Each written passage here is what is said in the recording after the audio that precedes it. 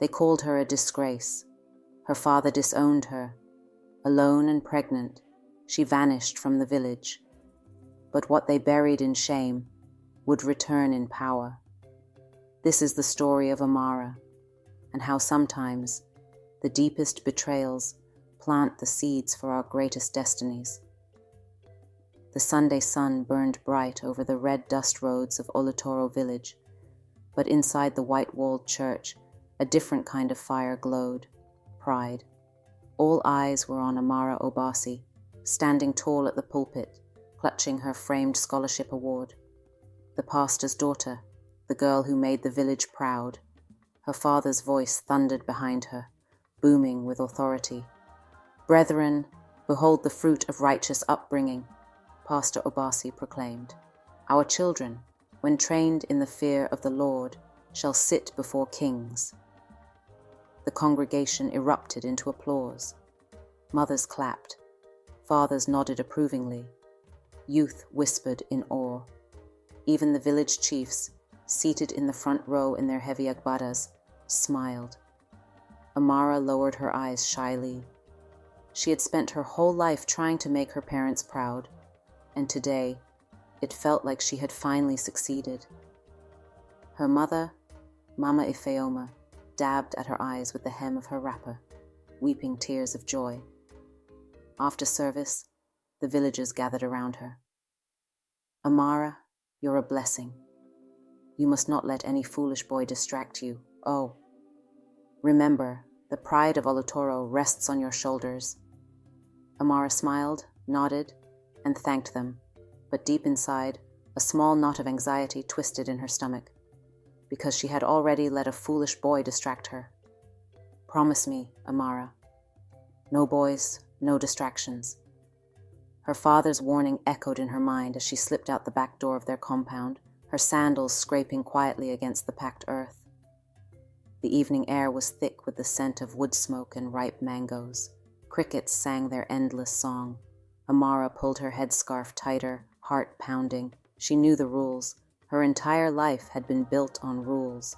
Speak when spoken to, pray before eating, study harder than the boys, and never, ever shame the family. Tonight, she was breaking all of them. Behind the old market stalls, half hidden in the growing shadows, Chuka waited for her. His smile, that dangerous, dazzling smile, made her knees weak. "You came," he whispered, reaching for her hand. "I shouldn't have," Amara replied, but her fingers curled into his automatically. They found a quiet place near the abandoned well, away from prying eyes. The village slept early. No one would catch them here, or so they thought. Chuka talked about dreams of running away to the city, of starting businesses, of not living under the heavy thumb of family and tradition. His words made Amara's heart race, made her believe, just for a moment, that she could be more than just Pastor Obasi's daughter. She could be Amara, a woman of her own making. When he kissed her, she didn't resist. For the first time in her life, she felt free, wild, alive. But as they parted ways that night, promises whispered under the moonlight. A deep unease coiled in Amara's stomach. Something sacred had been broken, and some things, once broken, are never easily mended. The next morning, she sat stiffly at the breakfast table, staring at her plate of yam and egg sauce. Every clang of her father's spoon felt like a thunderclap. "You must leave for the city soon," Pastor Obasi declared. "Our enemies watch closely. They envy our success. They would love to see you stumble." He fixed Amara with a gaze so sharp she felt stripped bare. "You will not embarrass me, Amara." "Yes, Papa," she murmured, voice small. Inside, guilt gnawed at her. She hadn't confessed. She couldn't. Not yet. Later that afternoon, as she swept the compound, her mother approached quietly. "Amara, my jewel," Mama Ifeoma said, lowering her voice. "Your father loves you, in his own way. But you must be careful. One wrong step, and the world will not forgive you. especially because you are a girl." Amara nodded, swallowing the rising lump in her throat. Mama Ifeoma kissed her forehead gently and left. Amara looked up at the sky, at the gathering storm clouds on the horizon.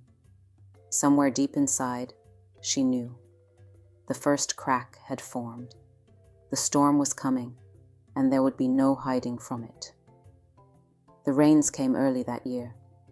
Thick sheets of water battered the rooftops, turned footpaths into rivers, and filled the air with the scent of wet earth and impending change. Amara sat by the small window of her room, absently tracing the raindrops as they slid down the glass. Her mind was a hurricane, part guilt, part longing. Chuka had not sent word in days. Had he moved on? Did he regret her? Was she just a passing fancy for him, a trophy he could claim and forget? The thought made her chest ache. But there was no time to wallow. The next day, the church was hosting a huge Thanksgiving celebration, the kind that would draw the whole village and beyond. Amara was expected to stand beside her father, smiling obediently, a shining example of a godly daughter. The preparations were frantic. Women stirred enormous pots of jollof rice over open fires. Men hoisted tents and arranged plastic chairs under the old baobab tree. Children darted between them, chasing chickens and laughter. Amara was sweeping the church entrance when she felt it, a sharp, dizzy wave of nausea that doubled her over. She barely made it behind the water drum before retching violently. "Are you okay?"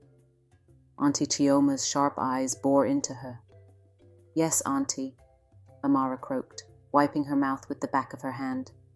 "Just the heat." But a cold dread was already blooming inside her. That night, long after the celebrations ended, Amara sat on her bed in the flickering light of a dying kerosene lamp. Hands trembling, she counted the days. Her last monthly bleeding had not come. She counted again and again. Her heart raced faster with each silent calculation. "No," she whispered, clutching her stomach. "No, no, no." But deep down, she already knew. Life, tiny, fragile, and uninvited, had taken root inside her. The news exploded like a wildfire through the village. One careless whisper at the pharmacy when she dared to buy a pregnancy test. One rumor slipped by a market woman with a loose tongue. Within days, it was no longer a secret. "Pastor Obasi's daughter has brought disgrace upon his house. She's no better than the girls who sell themselves at the motor park. Even the righteous fall, eh?" The same mouths that once praised her excellence now spat venom at her shadow. Confrontation came fast and brutal. Pastor Obasi slammed the door of the sitting room with a crash that shook the walls. "Is it true?" His voice was quiet, too quiet. Amara couldn't breathe. Her knees wobbled. "Papa, He slapped her, hard. The sound rang out, shocking even Mama Ifeoma, who gasped but said nothing. "You are dead to me," Pastor Obasi hissed. "You are no daughter of mine." Amara collapsed onto the floor, sobs racking her body. Her mother hovered uncertainly, torn between love and fear. "Pack your things," Pastor Obasi said coldly, "before sunrise." By dawn, Amara was gone. Only the crows saw her as she boarded the rusty bus heading for the city, clutching a battered suitcase and the broken pieces of her life.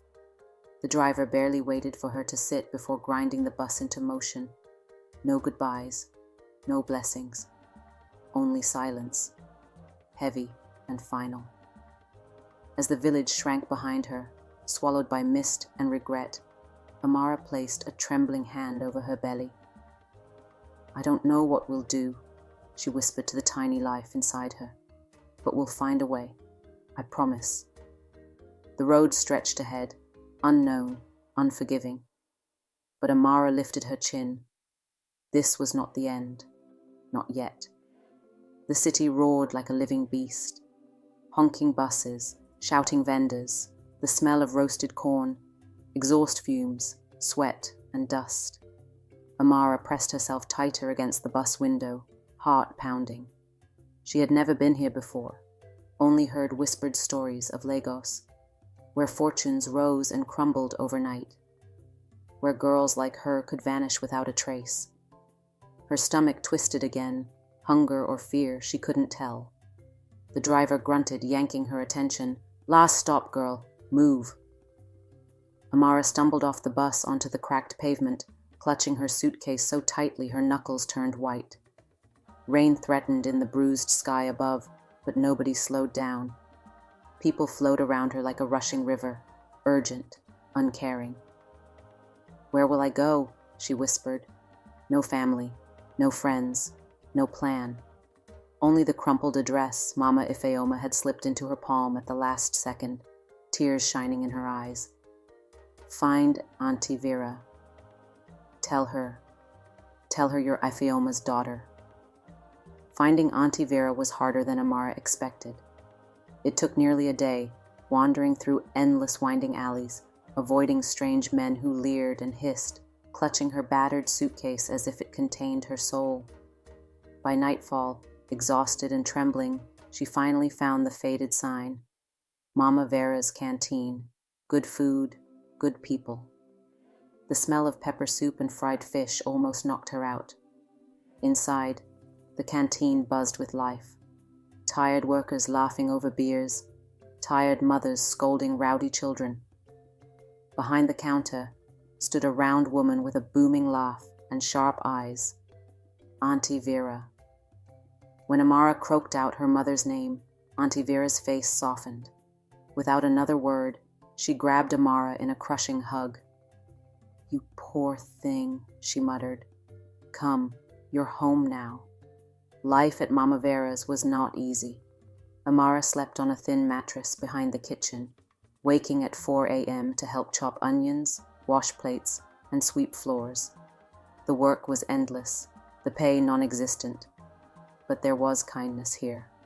A warm plate of food at night, a soft voice calling her child instead of curse. Slowly, painfully, Amara began to stitch herself back together. But hardship was never far. 2 months later, when her pregnancy began to show, even Mama Vera's customers grew restless. "You're letting a wayward girl spoil your business," they muttered. "What kind of example is that?" Mama Vera pretended not to hear, but Amara saw the strain in her eyes, the way she sighed more often, counted coins twice. Then one evening, a woman appeared. She wore a sleek blue wrapper and gold jewelry that screamed wealth. Her makeup was perfect, her perfume expensive. She introduced herself as Madame Gloria. "I help young women like you," Madame Gloria said smoothly. "You don't have to struggle like this, my dear. I can give you better work, safe work. You'll live in a fine house, eat fine food." Amara's heart fluttered. It sounded too good to be true. "What kind of work?" she asked cautiously. Madame Gloria smiled thinly. "Just entertaining men, being friendly, nothing you haven't already done." The words sliced through her like knives. Amara stepped back. "I'm not a lady of the night," she said, voice shaking. Madame Gloria's eyes turned cold. "Suit yourself, bush girl. Starve if you like." She swept away in a cloud of jasmine and contempt. That night, Amara sat behind the kitchen, staring up at the stars peeking through the city haze. Tears blurred her vision. Was this all her life would ever be now? Scrubbing plates, ducking shame, raising a child in poverty. "Maybe Papa was right," she whispered. "Maybe I'm nothing but disgrace." But then she remembered the tiny flutter she had felt earlier that day, the first kick, her baby alive and fighting inside her. "No," Amara said fiercely, sitting up straighter. "We are not disgrace. We are not trash." She placed a hand over her belly. "We are seeds, and seeds grow." The next month, everything changed. A customer who had been quietly watching for weeks, a soft-spoken woman named Miss Kemi, approached her. "You're a clever girl," Miss Kemi said, "and you have pride. I like that." Amara blinked in confusion. Miss Kemi smiled. "I run a small cooperative. We teach girls like you how to make and sell things. Soaps, jewelry, crafts. Real business. Real skills. If you're willing to work harder than you ever have, I can help you." Tears welled up in Amara's eyes. "Yes," she whispered. "Please." Miss Kemi nodded, extending her hand. "Then let's begin." The cooperative center was nothing like Amara imagined. No fancy offices, no cushy air conditioning, just a single dusty room behind a crumbling bakery, packed with other girls like her, some with babies strapped to their backs, some with hard eyes that had seen too much. Miss Kemi stood at the front, clapping her hands sharply. "Here, we build with our own hands," she announced. "No favors, no shortcuts. If you want to survive, you will learn. If you want to thrive, you will sweat." Amara's palms tingled with nervous energy. For the first time in months, hope flickered inside her chest. The days were brutal. Amara learned how to mix oils and perfumes to make soap. She learned how to knot beads into jewelry. She learned how to bargain hard at the market, standing her ground against shouting men twice her size. She stitched and braided and molded late into the nights, fingers blistered and back aching. Some days, the profits were barely enough for a loaf of bread. Some days, Amara cried into her thin pillow, overwhelmed by exhaustion and loneliness. But through it all, she reminded herself, we are seeds, and seeds grow, and bit by bit she did. She even made a friend, Ngozi, a loud, funny girl with an infectious laugh and a sharp wit. "You're too serious, Amara," Ngozi would tease, bumping her shoulder. "Smile before your face cracks." They shared meals, shared dreams, talked about opening a real shop one day, with proper walls and a sign painted in bright colors. Amara and Ngozi's handmade treasures. Ngozi giggled once. "It will be the best shop in Lagos, I swear." For the first time since her exile from the village, Amara allowed herself to imagine a future that wasn't just about survival, but about thriving. And then it happened. The cooperative received news of a big order. A hotel downtown wanted 500 custom soaps for their luxury gift baskets. It was the kind of job that could change everything. Real money, real reputation. Miss Kemi trusted Amara and Ngozi to handle it. Mixing, packaging, delivering. "Don't fail me," Miss Kemi warned. "This is your chance to prove yourself." Amara and Ngozi worked day and night, pouring love into every bar of soap. Lavender, lemongrass, shea butter, tiny pieces of hope molded in their hands. The day of delivery, they packed the boxes onto a hired Okada motorcycle, laughing and dreaming aloud. "We'll finally move out of Mama Vera's kitchen. We'll buy real baby clothes instead of second-hand." The hotel gleamed under the midday sun, glass doors, uniformed doormen. Amara's heart soared. This was it. This was the beginning. But when they opened the boxes to present their work, disaster. Half the soaps were missing. The remaining ones were badly damaged, cracked, sticky, some half melted. The hotel manager's face twisted in disgust. "We ordered luxury," he snapped. "This is trash. Get out before I call the police." Amara stood frozen in horror, words stuck in her throat. Ngozi grabbed her hand and yanked her away, dragging her down the street. They didn't stop running until they were blocks away, lungs burning. "Ngozi, what happened?" Amara gasped. "Those soaps. We packed them properly. We sealed them. I checked 3 times. Ngozi wouldn't meet her eyes. "Ngozi." Amara's voice hardened. "What did you do?" Slowly, with trembling fingers, Ngozi pulled a wad of crumpled naira notes from her bra. "I'm sorry, Amara. she burst out. I needed the money. My uncle, he was threatening to kick me out. I thought if I sold some of the soaps and filled the rest with fakes. Amara stumbled back, gut-punched. You betrayed me, she whispered. You betrayed us. Ngozi's tears streamed down her cheeks. I was desperate. I thought it wouldn't matter. I thought... Amara turned and walked away. Fists clenched so tight, her nails dug into her palms. She didn't stop walking until she reached the broken-down bridge where the city river trickled sluggishly past. There, she sank to her knees and wept, not just for the lost money, not just for the shattered dreams, but for the terrible truth. Trust could break as easily as glass. Miss Kami was furious. The hotel blacklisted the cooperative. The other girls whispered and glared.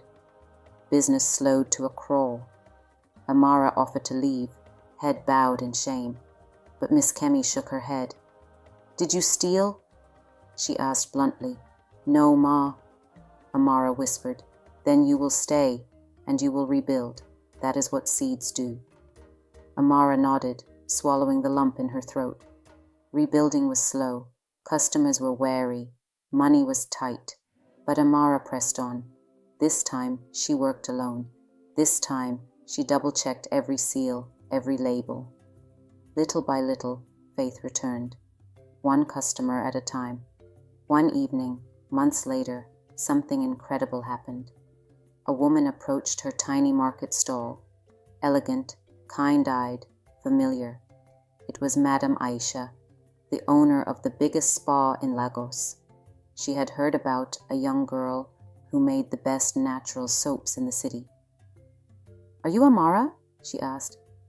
Yes, Ma, Amara said, heart hammering. Madame Aisha smiled warmly. I want to place a standing order, monthly, large quantities.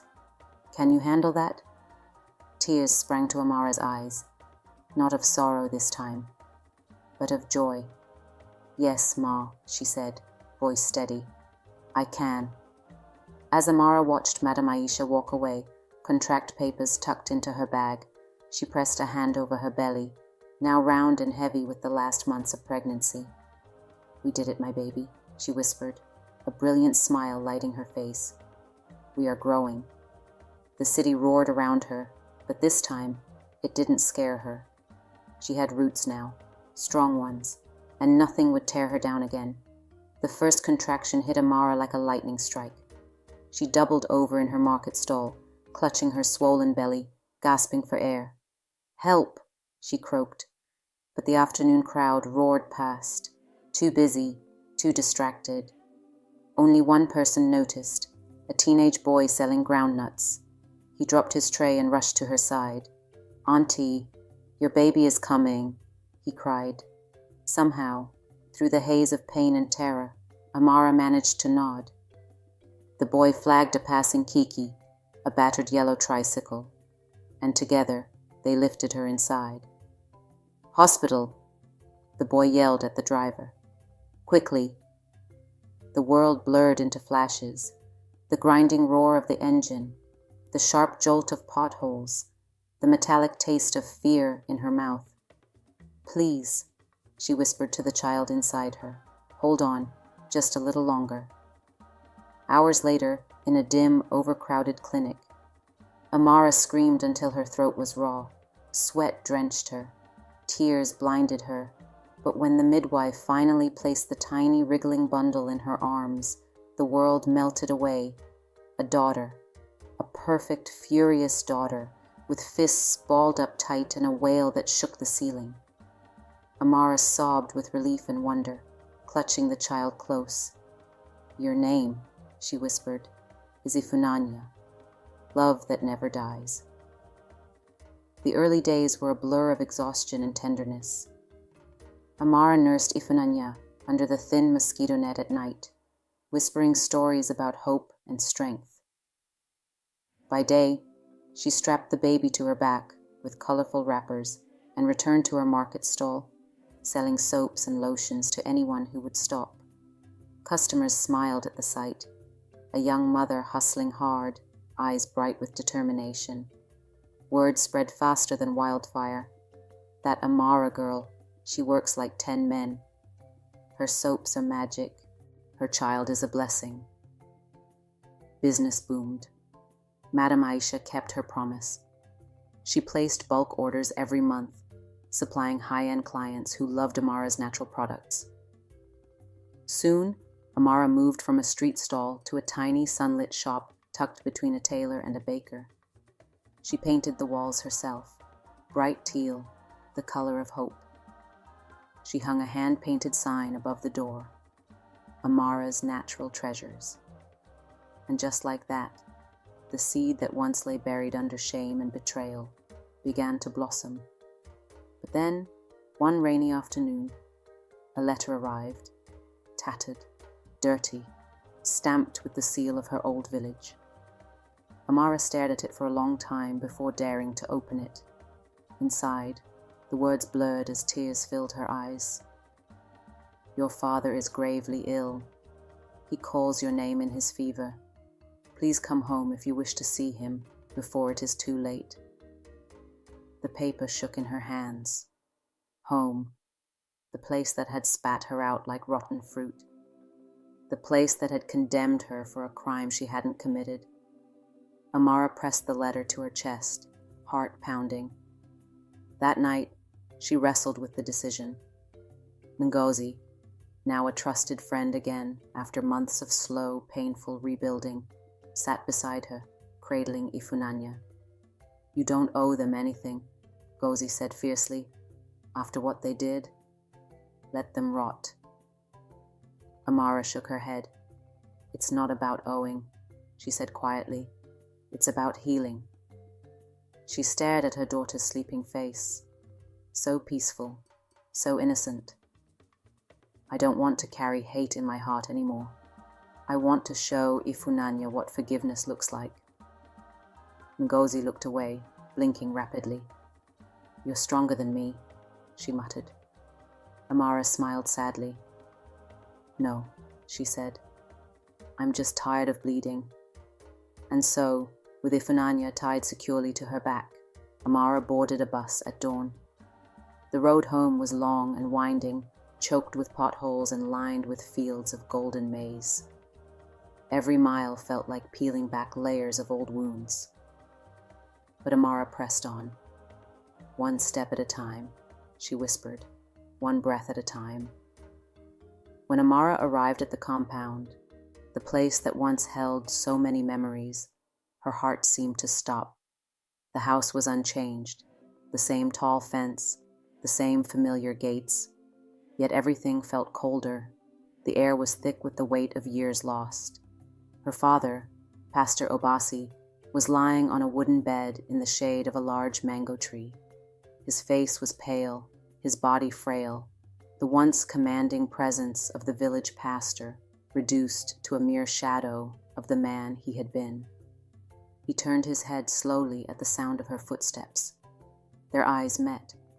For a long, terrible moment, neither spoke. Then a rasp escaped his cracked lips. Amara, my daughter. Tears streamed down Amara's face. She dropped to her knees. The weight of old wounds still raw, but she didn't pull away from him. I'm here, Papa, she choked. I'm here. Pastor Obasi's voice cracked as he spoke, remorse filling his words. I should never have cast you out. I was blinded by pride, by fear of the judgment of others. I thought I could protect the church, but in doing so, I lost my most precious gift. Please, forgive me. Amara's hands trembled as she clasped his. I forgive you, Papa, she whispered, but her voice trembled with more than just the weight of forgiveness. But it's not just about forgiveness, is it? You abandoned me when I needed you most. Her words hung in the air, heavy but necessary. Pastor Obasi closed his eyes, nodding slowly, tears gathering in the corners of his eyes. But I also need to say sorry, Amara said. Her father's eyes widened with surprise. Amara took a deep, trembling breath. I was young and foolish. I made choices that brought shame on our family and pain to your heart. I'm sorry, Papa, for breaking your trust, for disappointing you." Pastor Obasi's face crumpled. "You were a child," he murmured. "I should have remembered that. My duty was to love you, not to cast you away." Amara took a deep breath, letting the ache of her pain slip away, piece by piece. "We can heal, Papa," she said softly, her gaze lingering on him, on the frail man he had become. "But we both need to understand what happened. Healing isn't just about asking for forgiveness. It's about understanding the hurt we caused, the lives we touched, and how we rebuild from there." While Amara was dealing with the ghosts of her past, her boyfriend Chuka had been somewhere distant, disconnected. After her departure from the village, he had searched for her once, but had been swayed by others who made it seem like she had betrayed him. Hurt by the rumors, he pulled away, leaving her to navigate the world alone. However, as word spread through the village that Amara had returned, and the whispers of her forgiveness filled the air, Chuka found himself torn. He hadn't been there for her when she needed him the most. But now, standing at the edge of her life, watching her rise despite everything, he realized that he couldn't stay away anymore. The guilt and regret tore at him, and he finally found the courage to face her. Chuka approached Amara one quiet evening, the golden light of the setting sun casting long shadows over the compound. She looked up to see him standing there, a familiar face, one she had longed for but learned to live without. Her heart skipped a beat. "I should have been there," he said, his voice hoarse. "I should have fought for you, Amara." Amara took a breath, the weight of all her feelings stirring within her. "You didn't fight. You left me to fight alone." She looked at him, her eyes filled with hurt, but also a recognition that he had come back, perhaps too late, but still, he had come. "I'm sorry," he whispered, his voice cracking. "I thought I could move on, but seeing you now, I know I should have stood by you. Please, let me try to make things right." She looked at him and then at her daughter. The baby's tiny hand clutched Amara's wrapper, her breaths shallow and rhythmic in slumber. Amara's mind swirled with thoughts of what it meant to forgive, to trust, to love again after everything that had been broken. "I don't know if I can ever go back to what we had," she said softly, shaking her head. "But I need you to know. I forgave you a long time ago. Now I need you to forgive yourself." Chuka stepped forward, his hand outstretched. Amara took it tentatively. It wasn't the same as before, but maybe, just maybe, it could be something new, something better, something built on mutual growth and respect. They stood together under the setting sun, the weight of their pasts not forgotten, but at least acknowledged, as they walked forward, slowly, cautiously, but with hope. As Amara's journey unfolds, we see the power of forgiveness, healing, and accountability, both from the parents and the ones we love. But do relationships have to be rebuilt the same way? Can forgiveness alone repair what was once broken? We want to hear from you. Do you think Amara did the right thing by forgiving her father and Chuka? What would you have done if you were in her shoes? Drop your thoughts and reflections in the comments below.